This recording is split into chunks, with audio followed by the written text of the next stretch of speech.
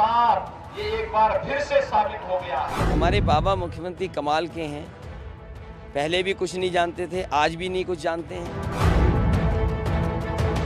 अगर फिर से गलती से भी साइकिल की सरकार लाए ना तो उत्तर प्रदेश से पूरे देश में आतंकवादियों को सप्लाई करने का काम होगा मित्रों। ये जगह जगह कह रहे हैं कि गर्मी निकाल देंगे, लेकिन वो जानते नहीं है कि इस बार किसान और नौजवान इनकी भाप निकाल देगा।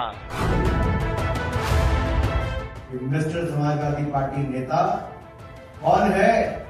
अखिलेश जी की बोलती पर बल क्यों? ये दिल्ली से शुरू होता है झूठ बोलना और जमीन तक अपने लोगों को झूठ बुलवाते हैं।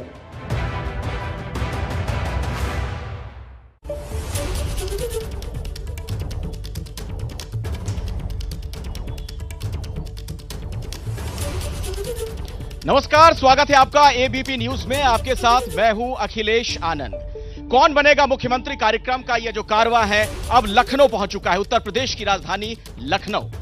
दरअसल राजनीति में एक बड़ी पुरानी कहावत है, कहते हैं कि दिल्ली का रास्ता लखनऊ से ही तय होता है। तो लखनऊ के मन में क्या है यह जानना बड़ा जरूरी हो जाता है। मेरे साथ यहां लखनऊ की जनता है, हमारे साथ तमाम दलों के नुमाइंदे यहां पर मौजूद हैं। उनसे हम बातचीत की शुरुआत करें उससे पहले जरा एक बात मैं आपसे जिक्र करना चाहूंगा। लखनऊ दरअसल तहजीब की भी नगरी है, कला और संस्कृति की भी नगरी है। हालांकि अभी सियासत की वजह से ज्यादा लखनऊ की चर्चा हो रही है। मैं जब यहां पर पहुंचा, गोमती रिवर फ्रंट के किनारे मुझे कुछ युवा टहलते हुए दिख गए। इनके हाथ में गिटार है, तो मैंने सोचा क्यों ना पहले जरा इन्हीं से बातचीत की शुरुआत कर लेते हैं। ये कुछ गाकर सुनाना चाह रहे हैं तमाम लोगों को। हेलो, मेरा नाम नागेश है, मैं लखनऊ का ही लोकल हूँ और मेरे साथ में है सौरभ। बताओ। मेरा नाम सौरभ है और मैं लखनऊ का ही एक बाशिंदा हूँ और मैं लखनऊ का एक पेज भी चलाता हूँ जिससे लखनऊ में चीज़ों को जागरूक करता हूँ और लोगों को लखनऊ अपनी आंखों से दिखाता हूँ, किस तरह मैं वीडियो बना के लखनऊ को दिखा सकता हूँ। सुनाइए, क्या सुनाना चाह रहे हैं आप? हम लोग तेरी मिट्टी से शुरुआत करेंगे।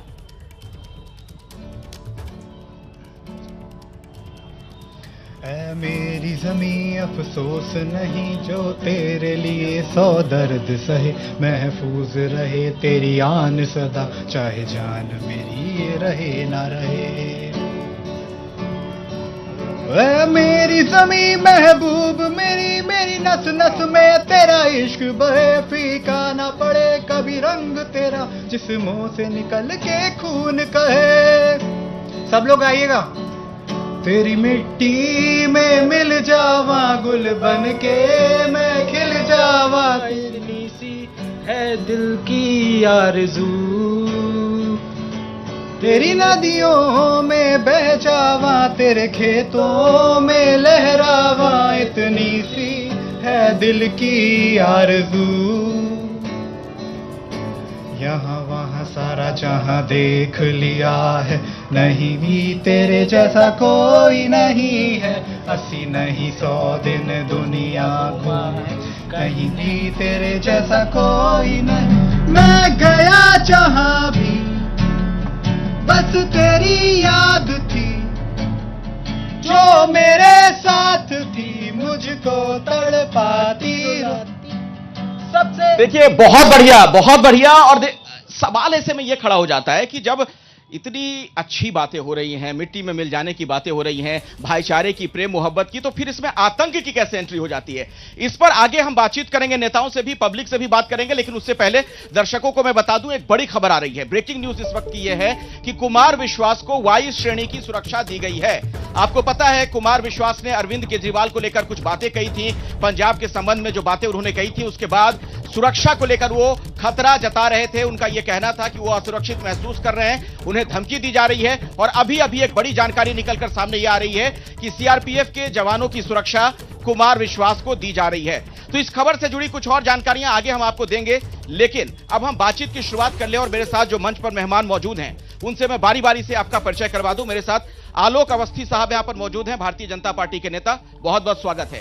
मेरे साथ राहुल सिंह जी समाजवादी पार्टी से जुड़ चुके हैं, बहुत बहुत स्वागत आपका।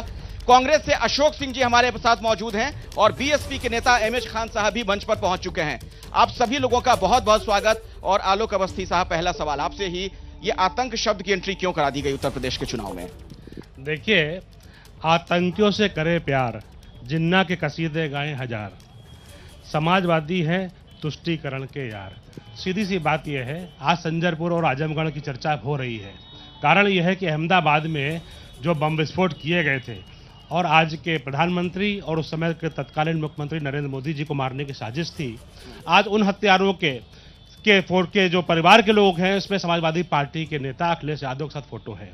समाजवादी पार्टी के नेता को बताना चाहिए कि वो उनके साथ आतंकवादी का पिता क्या कर रहा था, जो कि उनकी पार्टी का पदाधिकारी था। मैं जवाब ले लेता हूं, क्योंकि आतंक का अब्बाजान कहा जा रहा है।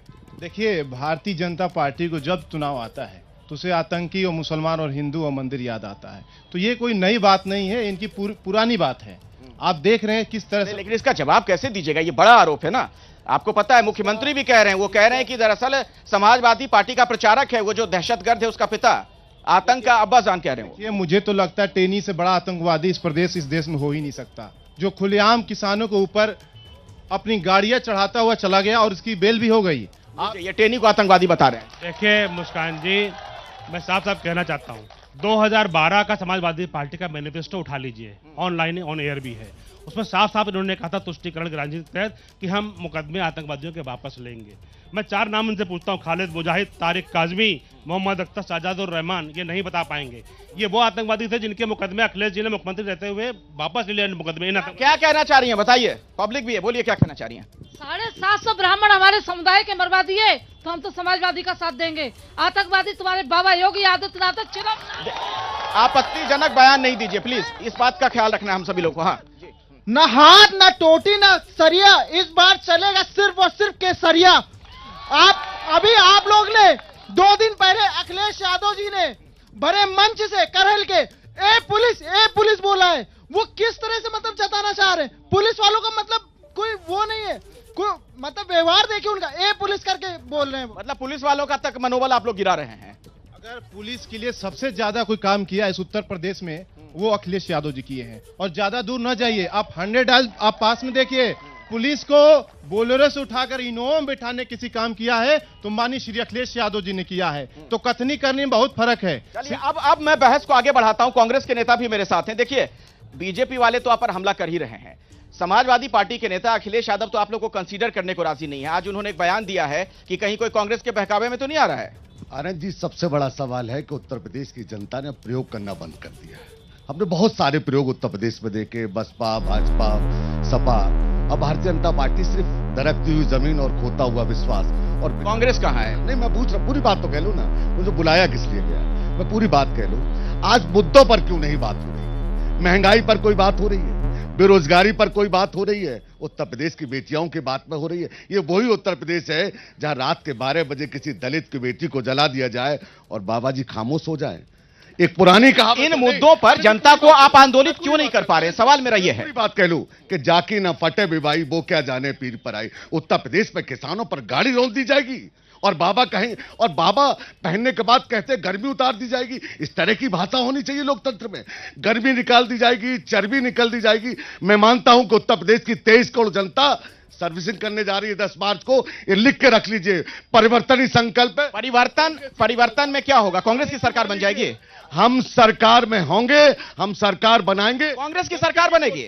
हम कह रहे हैं ना आपको, बहुत सारे प्रयोग उत्तर प्रदेश। कांग्रेस की सरकार बनेगी ये कह रहे हैं आप इस मन से? कह रहे हैं उत्तर प्रदेश की जनता। क्या बात कर रहे हैं जनाब? कांग्रेस की सरकार बन जाएगी, बनाने जा रही है। उत्तर प्रदेश की जनता बहुत सारे प्रयोग कर चुकी है। देखिए, मैं कुछ नहीं बोलूंगा, यहाँ कुछ लोग हंस रहे हैं। कौन हंस रहा है, कौन नहीं हंस रहा? उस बेटियों के दर्द, उस बेटियों के आंसू भी पूछ लीजिए जो पूछ रही है कि योगी जी कहां थे जब हमें जलाया जा रहा था। एमएच खान साहब बीएसपी के नेता हमारे साथ हैं।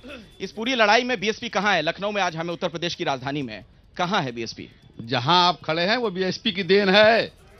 लखनऊ ये खड़े हैं आप, ये बहन कुमारी मायावती जी का बनवाया हुआ, ये जो चल रहे हैं आप ना, बहन कुमारी मायावती जी का बनवाया हुआ। ये जो गेट दिख रहा है ना, बहन मायावती जी का बनवाया हुआ है। काम में विश्वास रखिए और लॉ एंड ऑर्डर में विश्वास रखिए।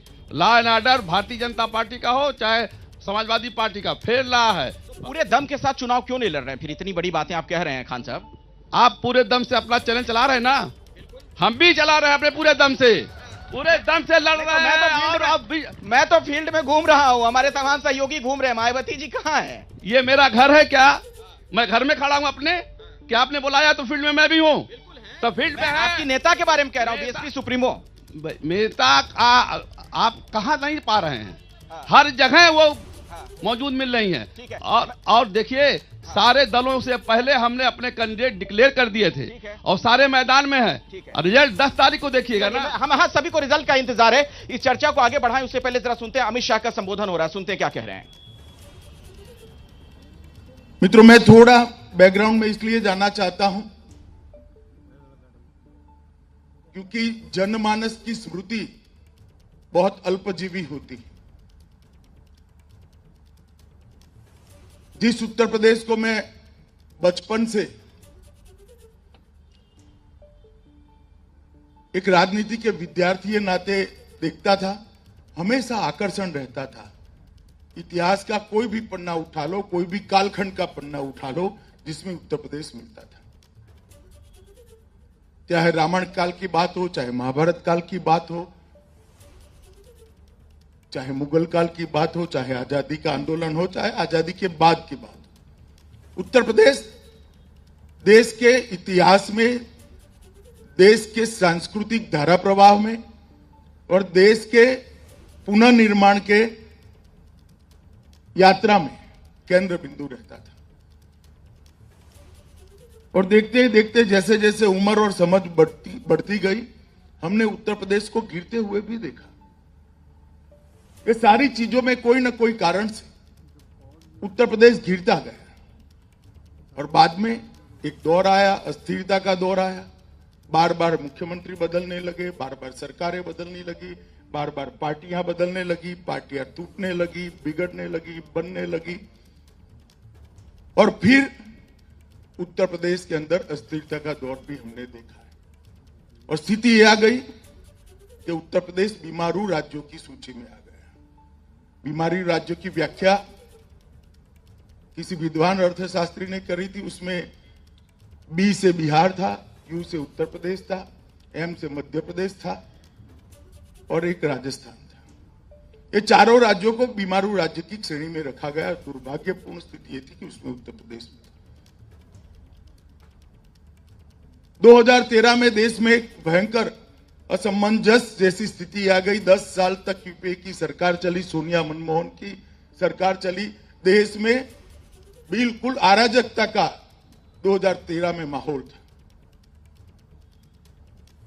देश की बाहरी सुरक्षा का कोई ठोर ठिकाना नहीं था, आंतरिक सुरक्षा जरा भी ठीक नहीं थी। महिलाएं अपने आप को सुरक्षित नहीं मानती थी। 12 लाख करोड़ के घपले, घोटाले, भ्रष्टाचार एक फिल्मी कथा की तरह लोगों के मानस पटल पर एक के बाद एक के बाद एक के बाद एक दिखाई पड़ते थे और सरकार निरुत्तर सी खड़ी थी।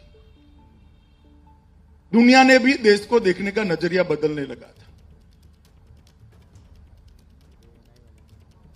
देश की सरकार इस तरह से चलती थी कि कुछ एडमिनिस्ट्रेशन को जानने वाले पंडित कहते थे कि पॉलिसी पैरालिसिस हो गया है। एक ऐसा मंत्रिमंडल चलता था जिसमें हर मंत्री अपने आप को प्रधानमंत्री समझता था। प्रधानमंत्री को बेचारे को कोई प्रधानमंत्री नहीं मानता था।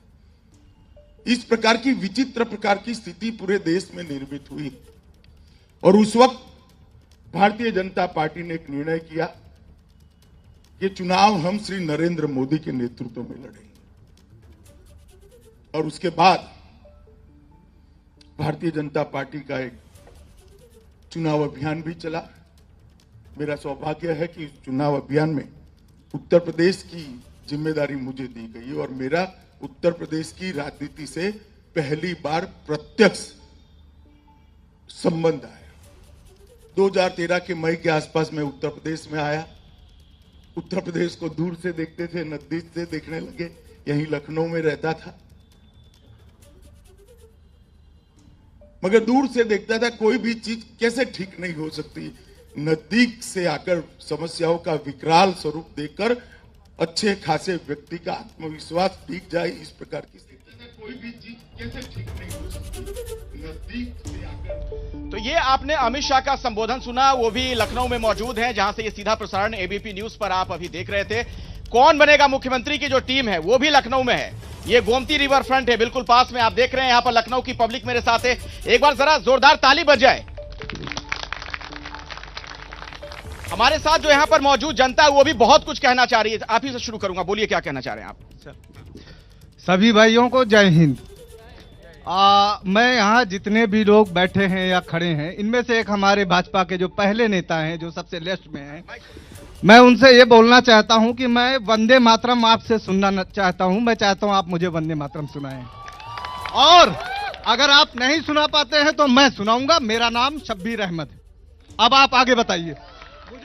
ये शब्बीर अहमद हैं, आपसे बीजेपी के नेता से कह रहे हैं कि जरा वंदे मातरम सुना दीजिए। वंदे मातरम हमारा राष्ट्र का गान है, उसके लिए भी सबको खड़े होना पड़ेगा और सबको बोलना पड़ेगा। हाँ बिल्कुल, खड़े हो जाइए। बीजेपी के नेता से शब्बीर अहमद साहब एक यहाँ पर पब्लिक हैं, जनता से आए हैं, वो कह रहे हैं कि वंदे मातरम सुनाइए। सबको सावधान, खड़े हो जाइए, खड़े हो जाइए। राष्ट्रगान का एक सम्मान है, उसके राष्ट्रगीत के हिसाब से चलना पड़ेगा। मैं सुना देता हूँ शब्बीर साहब कहना चाह रहे हैं, अगर आप ज्यादा रहे। हाँ शब्बीर जी सुनिएगा। खड़े हो जाइए, राष्ट्र का गीत है, खड़े हो जाइए। वंदे मातरम, वंदे मातरम, सुजलाम सुफलाम मलयज शीतलाम शस्य श्यामलाम मातरम, वंदे मातरम, भारत माता की जय। शब्बीर जी सुना दिया इन्होंने, बीजेपी के नेता को आपने चुनौती दी थी, यहां पर सुना दिया उन्होंने। चलिए अब हम मुद्दों पर आते हैं, मुद्दों पर आते हैं। अब मुद्दों पर आते हैं, अब मुद्दों पे आते हैं। चलिए बोलिए। लखनऊ, लखनऊ, ठीक है, ठीक है। अब मुद्दों पे बात करते हैं, मुद्दों पर। जनता के पास कुछ सवाल है पूछने के लिए नेताओं से, बोलिए। हाँ सर, मैं इनसे पूछना चाहता हूं, ये अगर उनसे वंदे मातरम पूछते हैं तो क्या ये हिंदुओं में कितने वेद होते हैं, ये बता सकते हैं? चुनाव में इन मुद्दों का ऐसे क्या मतलब है, मैं नहीं समझ पा रहा हूं, अगर आप समझा पाइए। सर, इन्होंने कहा कि मैं ये हूँ, और वेद कितने हैं सर? पहले वेद क्या, सबसे पुराना वेद कौन सा है? आप प्लीज उनसे क्वेश्चन पुट करिए। मतलब ये मुद्दे होने चाहिए क्या चुनाव में? उन्होंने हिंदू मुस्लिम का मुद्दा किया है। देखिए, ये सारे मुद्दे अपनी जगह पे हैं। सबसे बड़ा मुद्दा अगर कोई है तो इस समय है स्वरोजगार का और रोजगार का। आप मुद्दों से मत भटकिए। कोई वंदे मातरम गाए या ना गाए वो उसकी आस्था का विषय है। सबसे बड़ी बात यह है कि इस समय जितनी पार्टियों के लोग यहाँ खड़े हैं, कोई भी एक मैनिफेस्टो में बता दे कि इन सब भाइयों के लिए स्वरोजगार के लिए क्या किया है। चलिए मैं ये सवाल लेता हूं फटाफट, छोटे में। स्वरोजगार के लिए आप लोगों ने क्या किया? चलिए बीजेपी के नेता पहले। देखिए, बहुत अच्छा सवाल है हमारे मित्र का जो पब्लिक से बीच में आए। 2016 में ये एक बीमारू प्रदेश था, अपराधियों और दंगाइयों से ग्रसित प्रदेश था। पलायन हो रहा था, यहाँ पे उद्योग धंधे चाह रहे थे। हमारी सरकार ने कानून का राज स्थापित किया। हमने जो है यहाँ पे दंगाइयों को एक दंगा नहीं करने दिया, जिसकी वजह से एक रोजगार पे पूछ रहे। देखिए, अगर मैं विस्तार पे आऊंगा तभी आप समझ पाएंगे और समझा। लेकिन छोटे में बताइए ना, और भी उनसे भी जवाबदेही। देखिए, जिम्मेदारी जो कि सरकार हमारी है, जिम्मेदारी से जवाब दे रहा हूं। दंगाइयों और अपराधियों पर जब हमने कार्रवाई करी, उससे यहाँ पे विश्वास का वातावरण हुआ। उससे 3 लाख करोड़ रुपए का निवेश आया। उसका निवेश आने की वजह से 2 लाख करोड़ लोगों को स्वरोजगार मिला है। देखिए, ये कह रहे हैं इतना काम हो गया, आप लोग कह रहे हैं कुछ नहीं हुआ। इनके हिसाब से लखनऊ में पूरे उत्तर प्रदेश में विकास हो चुका है। आप देख रहे हैं किस तरह बेरोजगारों के ऊपर इलाहाबाद में लाठियां भाजी गई, उनके साथ आतंकवादियों की तरह व्यवहार किया गया। ये है इनका विकास। आप विकास की बात कर रहे हैं, आप उत्तर प्रदेश में किसी भी जिले को उठा के देख लीजिए। और ज्यादा नहीं, मैं योगी जी से सवाल करना चाहता हूं। 5 बार आप सांसद रहे और इस बार आप मुख्यमंत्री हैं। इन्होंने एक गांव गोद लिया था, आज तो उस गांव में न रोड है और न लाइट है। मैं उस पर आता हूं, पहले कांग्रेस के नेता कुछ कह रहे हैं। आनंद जी, अभी हम अमित शाह जी को सुन रहे थे और वो कह रहे सबसे ज्यादा प्रदेश में हत्याएं हुई, लूट हुई, डकैती हुई, अपराध में नंबर 1 देश के गृह मंत्री हैं। एनसीआरबी के आंकड़े क्या झूठ बोलते हैं क्या? और ये वहां जहां आनंद जी आप जिस जगह खड़े हैं, एक बेटी के कोख पे इसलिए लात मार दी गई कि वो हक अपने लिए आवाज उठा रही थी, उससे रोजगार की आवाज उठा रही थी। यही वो जगह है। रोजगार पे जी, रोजगार के मामले में बहन कुमारी मायावती जी ने 17 लाख लोगों को रोजगार दिया था। और हम जहां खड़े हैं, इसके रख रखाव के लिए यहां से नोएडा तक 5000 लोगों को भर्ती किया है।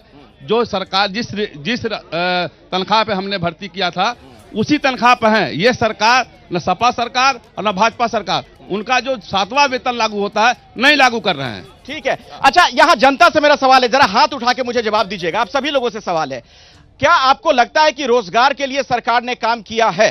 जरा हाथ उठाइए।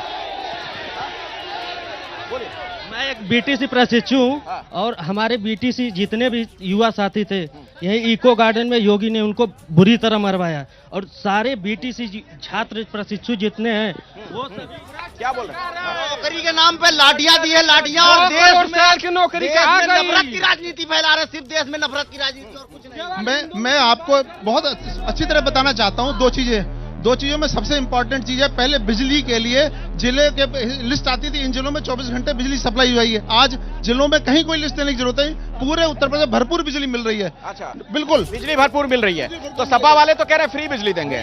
फ्री बिजली तो तब थी जब बिजली नहीं मिलती, तो फ्री का क्या मतलब। दूसरा सबसे बड़ा पॉइंट, सारा पहले मैं गाड़ियों में देखता था झंडा लगा के और वो गाड़ियां खुलेआम दौड़ती थी, जो मर्जी ना चौराहे क्रॉस करती, जो मर्जियां करती। अब ऐसा नहीं होता है। ऐसा नहीं होता है, कोई झंडा नहीं लगा होता है, सारी गाड़ियां एक से चलती हैं। बोलिए क्या कह रहे हैं? प्रत्येक ग्राम पंचायत में 58,135 जितनी भी ग्राम पंचायतें हैं सब में एक एक ग्राम सेवक लगाया गया है। 50,000 सैलरी लिए उसकी ग्राम प्रधान। हमारे मुख्यमंत्री को यही नहीं पता है कि कितने रोजगार उन्होंने दिया।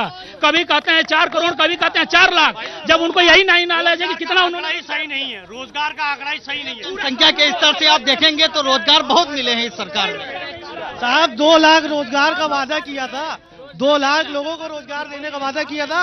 योगी जी ये बता दें कितने लोगों को रोजगार दे दिया है।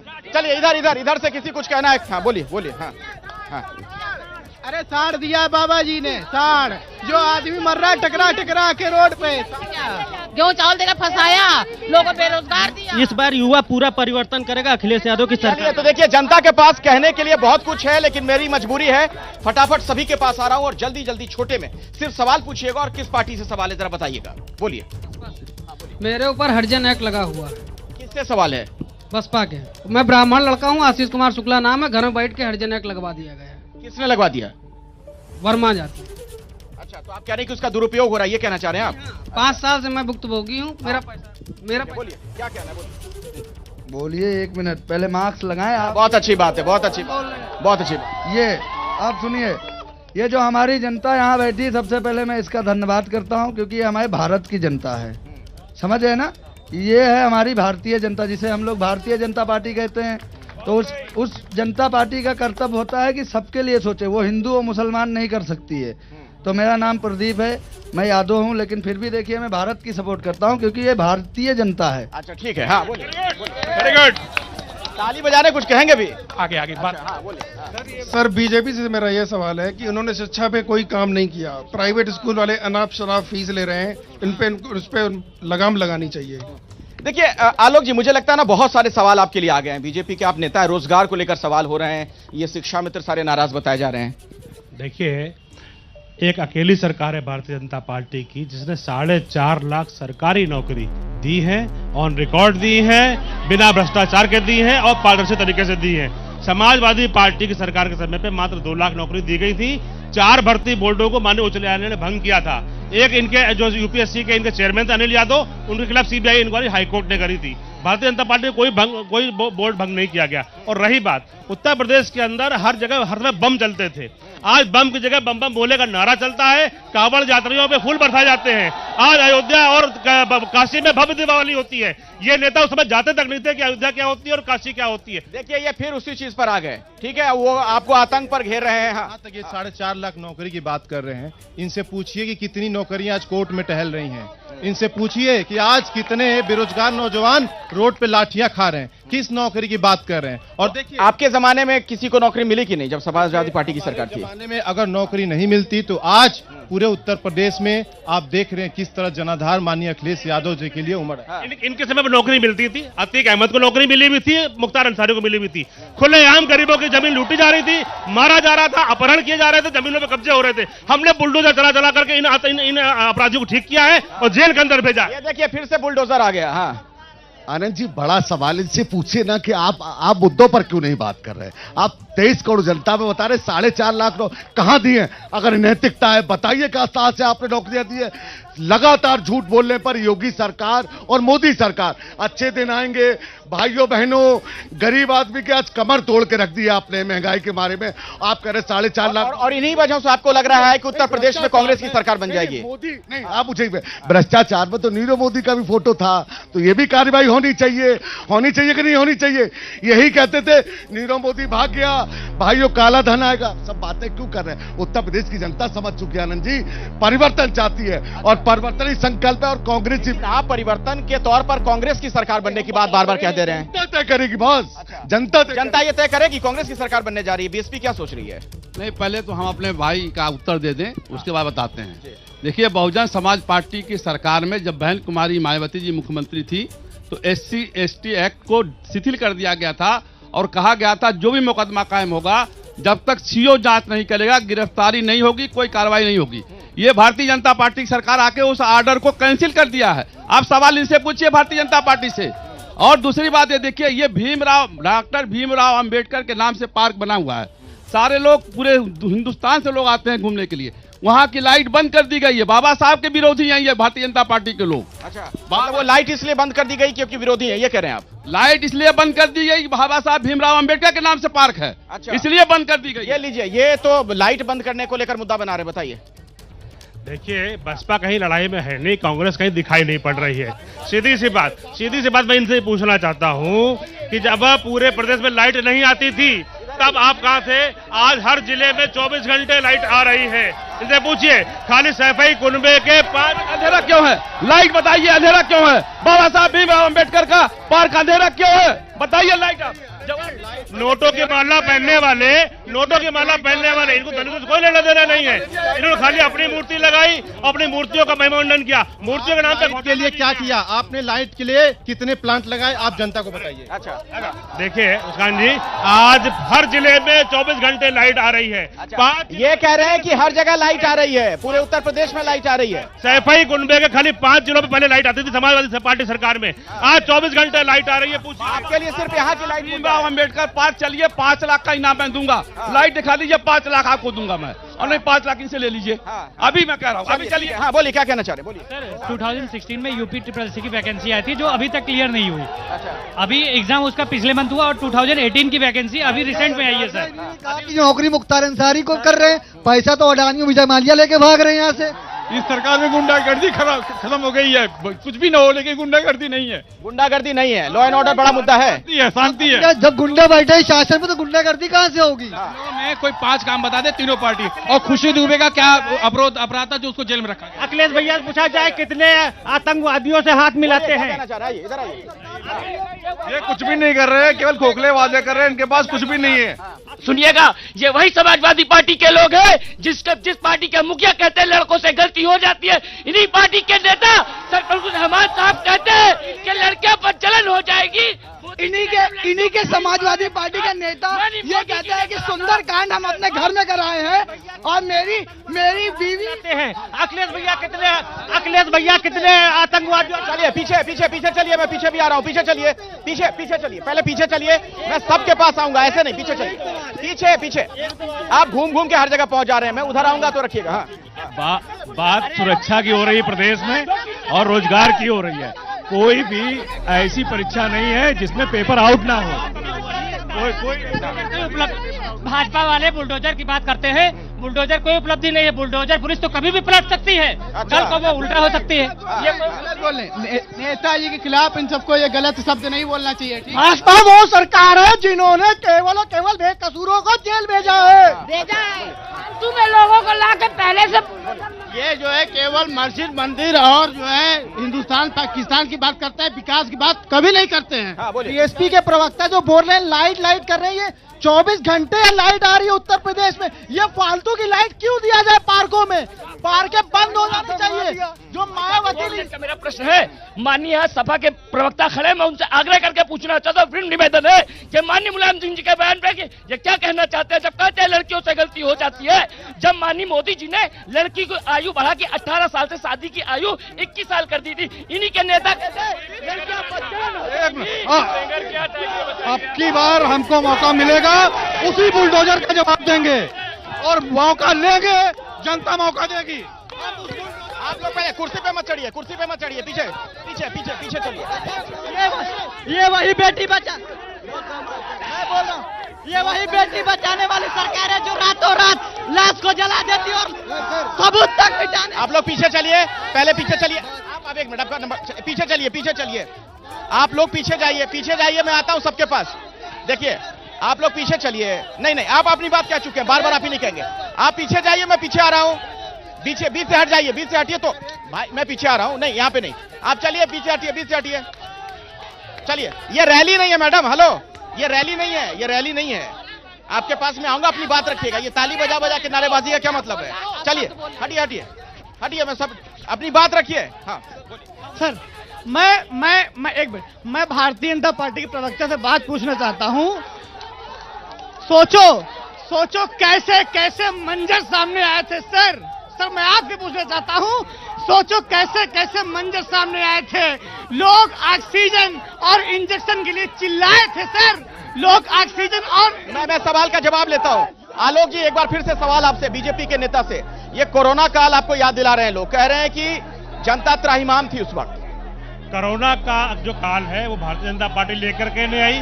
जो इंफ्रास्ट्रक्चर था हमने उसको बेहतर किया है। नीचे चलिए, मंच पे नहीं आइए, नीचे चलिए। उसको हमने बेहतर किया है। और हमारे कोरोना के काल जो हमारा वो रहा है, WHO ने हमारी तारीफ करी है। कांग्रेस शासित जो है महाराष्ट्र भी था, राजस्थान भी था, सबसे ज्यादा वहां पर जो है कोरोना की बात आई है। लेफ्ट की जो केरल है, सबसे ज्यादा वहां पर कोरोना के पीड़ित रहे हैं। हमने ठीक किया है। और मैं एक बात और करना चाहता हूं, उत्तर प्रदेश से जुड़ा सबसे बड़ा इंसेफ्लाइटिस नाम की एक बड़ी बीमारी होती थी, जिसमें कि 3 दशक से यहाँ पर लोग मरते थे। पूर्वांचल में हमने आकर के लोग मर रहे थे, पूर्वांचल में आकर के एक भी हमने आज बच्चों अपनी जगह पे रहिए, मैं आता हूँ। हम बच्चों की हमने मृत्यु नहीं होने दी है। अस्पतालों का निर्माण कराया है। कांग्रेस ने देश को बेचा था, पूछे क्यों नहीं इन्होंने बनाया? नीरव मोदी कौन है भैया? नहीं, नीरव मोदी कौन है? नहीं, अब टच मत करिएगा, ये संस्कृति नहीं है। मैंने कहा कोरोना काल। आप लोग नीचे चलिए, मंच पे नहीं चलिए, ऐसे बहस नहीं होती है। पीछे चलिए, मैं सबके पास आऊंगा, मैं सबको मौका दूंगा, लेकिन मंच पे मत चढ़िए। चलिए पीछे चलिए। हाँ, एक सवाल है, कोरोना काल में लोग मर रहे थे, मुख्यमंत्री जी कहाँ थे? गोरखपुर में जमा थे। गोरखपुर में जिस तरीके से लोग ऑक्सीजन, लोगों को दवाई नहीं, तमाम सारे पत्रकार साथियों को हमने खोया है, अपनों को खोया। झूठ बोल, वही योगी सरकार है जिन्होंने कहा कि ऑक्सीजन से किसी की डेथ नहीं हुई है। ये यही योगी सरकार है जो हिंदू नाम की बात करती है और गंगा में हजारों लाशें तैरती। देखिए, मुख्यमंत्री योगी का कोई परिवार नहीं है। वो अपने पिता की मृत्यु होने के बाद भी लगातार जो है जनता की सेवा में लग रहे। अपने पिता की अंत्येष्टि तक में नहीं गए, उनके जनता प्रधान थी। वही योगी जी जो दूसरा अटैक हुआ कोरोना का, खुद कोरोना से ग्रसित रहते हुए लगातार वो जो है जनता के बीच में गए। ठीक होने के बाद सर, उत्तर प्रदेश में भारतीय जनता पार्टी की सरकार में 5000 शिक्षा मित्रों की जान चली गई है। अभी तक मुख्यमंत्री क्यों सुध नहीं ले रहे हैं? ठीक है, मैं इसका जवाब लेता हूँ। हाँ, बोलिए सर। अभी हमारे कांग्रेस और समाजवादी पार्टी के प्रवक्ता कह रहे थे कि कोरोना काल में इतने सारे लोगों का मतलब डेथ हुई है। तो मैं जानना चाहता हूं कि इसके पहले जब कोरोना नहीं आया था, पूरे प्रदेश में 12 से 13 मेडिकल कॉलेज थे। एक बार इतना बड़ा पेंडेमिक आया है, अभी आज के दिन में 36 मेडिकल कॉलेज हो गए हैं। जब हमारे पास व्यवस्था ही नहीं रहेगी तो जाहिर सी बात है आदमी का डेथ होगा। आप ये कह रहे हैं कि पूर्ववर्ती सरकारों ने कुछ किया नहीं, इसलिए इस तरह के हालात थे। और इतनी बड़ी हमारी पेंडेमिक सिचुएशन हुआ है। जो पहले की सरकारें थी, कोई व्यवस्था नहीं था। जब भी कोरोना टाइम आया उसके बाद हम लोग खुद जागरूक हुए। तो जनता ने तो इस सरकार के लिए वोट किया ना। इस सरकार के लिए एक दिन में मेडिकल कॉलेज नहीं बन जाते हैं सर। देखिए, मैं कहता हूं ये सारी पार्टियां खड़ी हैं, मैं किसी पार्टी का नहीं कह रहा हूं। शिक्षा, स्वास्थ्य और स्वरोजगार, अब इस कोरोना काल में जो भी ये सारी पार्टियां खड़ी हैं, हजारों करोड़ रुपए इनके पास है, लेकिन इसी कोरोना काल में कितने बच्चों की फीस इन्होंने दी, कितनों को ऑक्सीजन दिया। किसी पार्टी ने कुछ नहीं किया, ये कह रहे हैं। कुछ नहीं किया। देखिए, ये बात जब ये कह रहे हैं ना कि किसी पार्टी ने कुछ नहीं किया, तब सबसे ज्यादा ताली बज गई। अब इसका क्या मतलब है? सर सपा सरकार ये गारंटी देगी अगर उसकी सरकार बनती है तो कानून व्यवस्था योगी सरकार की जैसे मेंटेन करके रखेगी। ये मेरा देखिए, ये पूछ रहे हैं सवाल आपसे कि अगर आप लोगों को मौका मिल गया तो अभी जिस तरह की सुरक्षा व्यवस्था है, चाक चौबंद कर पाएंगे आप? देखिए, ये जो आज के समय में आप देख रहे हैं, कानून की बात कर रहे हैं, कानून के लिए माननीय श्री अखिलेश यादव ने जितना काम किया है, पूरे उत्तर प्रदेश में, पूरे भारत में एक इतिहास है। उन्होंने कानून के लिए, आप मैंने बताया अभी कि 100 डायल से लेके और पुलिस प्रशासन के लिए जितनी ज्यादा आधुनिक सुविधाओं से लैस किया है, ये अखिलेश यादव जी की देन है। ठीक है, बोलिए, छोटे में बिल्कुल। जी एक सवाल है भारतीय जनता पार्टी के प्रवक्ता से 10 सेकंड का, मुझे बता दें, चलो पैंडेमिक था कोरोना काल में, जब गोरखपुर में छोटे छोटे बच्चों की जानें चली गई थी, तो यही योगी आदित्यनाथ जी ने कहा कि सरकार बच्चों के भरोसे बच्चों को न छोड़ा जाए। क्या बताएंगे क्या हालत है गोरखपुर में? गोरखपुर से लेकर गाजीपुर तक तमाम हत्याएं, लूट और डकैत। देखिए, मैं यहाँ पर जनता सारी खड़ी है, मैं जनता से अपील करता हूँ कि अब की जो चुनाव चल रहा है, हम चुनाव बीच में खड़े हैं। रोजगार, महंगाई, भ्रष्टाचार, कानून व्यवस्था के ऊपर और रोजगार के ऊपर जो नौजवान। भ्रष्टाचार जब आप कहेंगे तब तो फिर आप ही सवालों में घिर जाएंगे। आप लोगों के खिलाफ भ्रष्टाचार ही तो सबसे बड़ा मसला बना था बीएसपी की सरकार को लेकर जो सवाल खड़े हुए थे। आनंद जी, ये जहां आप खड़े हैं ये भ्रष्टाचार है, ये चौराहा बन गया, ये भ्रष्टाचार है। आप कैसा सवाल कर रहे हैं? मैं कहता हूं इसी पर वोट देना है। नौकरी 70 लाख रुपए, 70। वो कह रहे हैं समाजवादी पार्टी के नेता की सीबीआई जांच चल रही है, भूलिए मत। बहन जी के खिलाफ जांच चल रही है, वो समाजवादी पार्टी वाले कह रहे हैं। ये भारतीय जनता पार्टी से मिला हुआ आदमी है, ये भारतीय जनता पार्टी से मतलब उन्होंने ये बात कह दी तो मिले हुए हो गए। आप चुनाव के बाद ये खुद ही भारतीय जनता पार्टी गोद में जाकर बैठ जाएंगे, ये जनता जान रही है। सुपड़ा साफ होने वाला है, सुपड़ा साफ होने वाला है। आज इलाज के लिए 5 लाख रुपए गरीब को मिलता है। इलाज के लिए किसी को अपना घर, जमीन, दुकान बेचना नहीं पड़ता। हर गरीब के घर पे हम रोटी और अनाज भिजवा रहे हैं, फ्री में बिजली भिजवा रहे हैं, बच्चों की पढ़ाई फ्री में कर रहे हैं, 1 लाख रुपया लड़की की शादी में दे रहे हैं। और सबसे बड़ी बात, हमने जो है सुरक्षा का वातावरण दिया इस देश प्रदेश के अंदर। अब वक्त नहीं है। कल फिर लखनऊ की जनता से मुलाकात होगी।